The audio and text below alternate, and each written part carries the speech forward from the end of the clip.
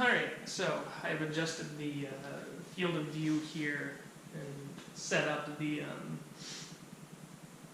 whiteboard to be better in frame, used a better contrast markers, and hopefully this is all visible to you. It looks fine in the viewfinder, should be fine blown up in 1080p on a computer screen.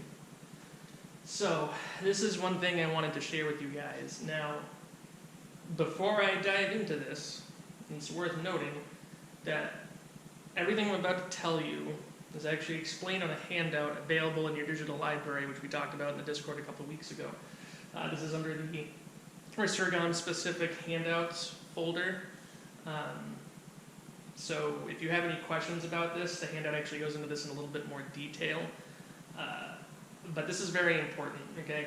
Now, I know you guys might want more sort of solo training stuff to kind of go over. This is really important, okay? So this is about understanding tempo, the concept of tempo. You can do whatever techniques you want, but if you are not able to follow the overall tactical structure and understand the theory of how to fence within this system, then you are not accurately recreating it as far as I'm concerned. Now, of course, this is where terms of accuracy kind of go flying out the window because Fiore doesn't really talk about any of this. But as far as I'm concerned, at least from my interpretations, most of his techniques keep all of this stuff in mind. This is taken primarily from later Balinese sources. I do this to provide a framework for understanding how, when, and why to do things. So, first, to talk about the word time, okay? So, in English, we have one word time. In Italian, they have one word tempo, all right? Now, in both languages, we use the word with a couple different definitions, all right? First is to think of time as measurement, and to think of time as opportunity, okay? So, for example, to think of we usually use time often to think of an opportunity, the next time I go to the grocery store, I'm going to pick up some eggs, right? It's talking about a specific event or opportunity that's one point in time. Okay, the next time this happens, I will do this. We also use time as measurement, and I was trying to think of examples. It seems less common, but think after it rained Sunday, it was cloudy for a time, right? There is an implied duration there, right? We don't know how long it is. Maybe it could be hours, could be days, but there is an implied duration that it was cloudy for a length of time, and we're not just talking about one specific instance of a cloud passing overhead, okay?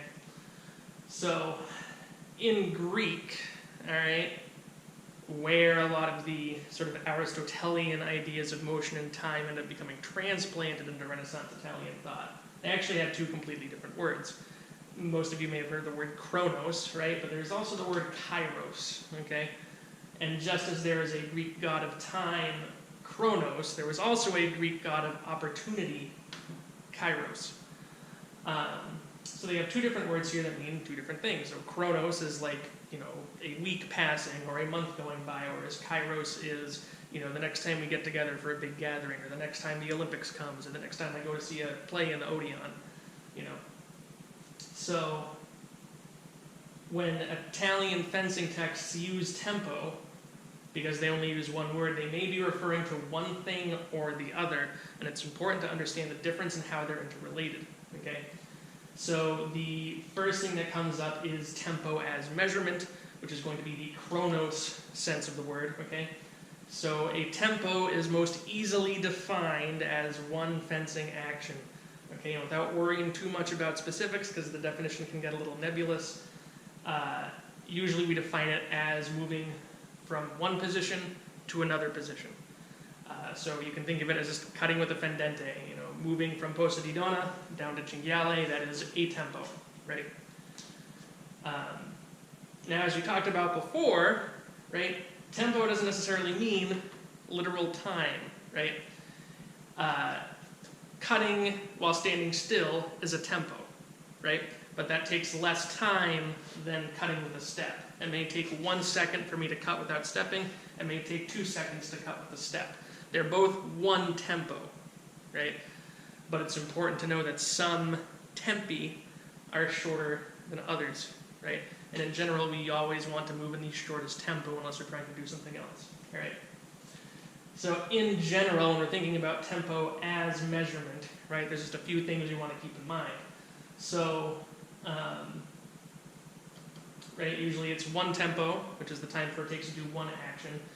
2 tempi may also be important to think about. Okay, if I parry a blow, that's 1 tempo, and then if I cut afterwards, that's 2 tempi, right? And then also, sometimes you see the term used mesotempo specifically for a half cut, all right? This isn't always used, but it's just good to be aware of. So sometimes some fencing sources will say that, okay, cutting a wide blow, sort of gioco largo, so from donna to cinghiale is 1 tempo, and then they'll say from donna to posta longa is a mesotempo, right? And this is mainly just to stress the fact that stretto actions take less discrete time than largo actions, right? Now, we're going to look at tempo as opportunity, okay? So, there are 5 tempi, or 5 opportunities, in which it is safe to attack, okay? If you are acting as the agent, i.e. you are attacking first, it is safe to attack when the opponent steps into measure, or if the opponent changes guards while in measure.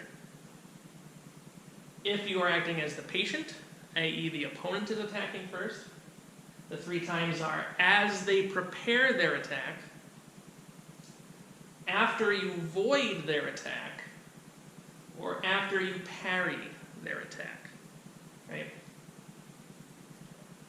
For, not really to open this to debate, just to keep it simple, these are the only 5 times, for your sake, that it is safe to attack. If you are attacking outside of these 5 opportunities, you are not attacking safely, you are not following the tactics of the system, you are fencing incorrectly as far as we're concerned.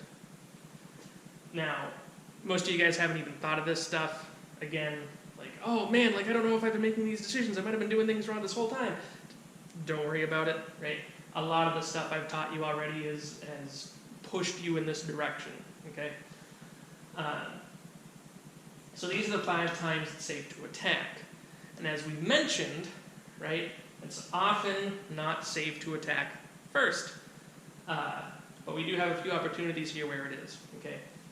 Now, if we're attacking, right, how do we avoid the other person hitting us? How do we avoid giving them a tempo? How do we avoid giving them an opportunity to hit us?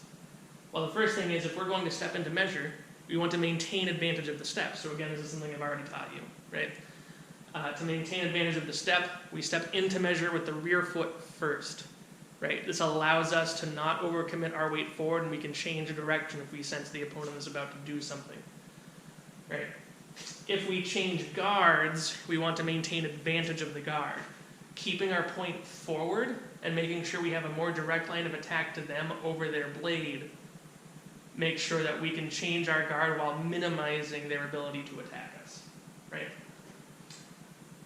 If we want to prepare an attack, and we don't want to give them an opportunity, we want to think about stringering or otherwise constraining their blade. We want to control the proportion of their attack, i.e. keeping their distance and sword path in mind while we cut, right?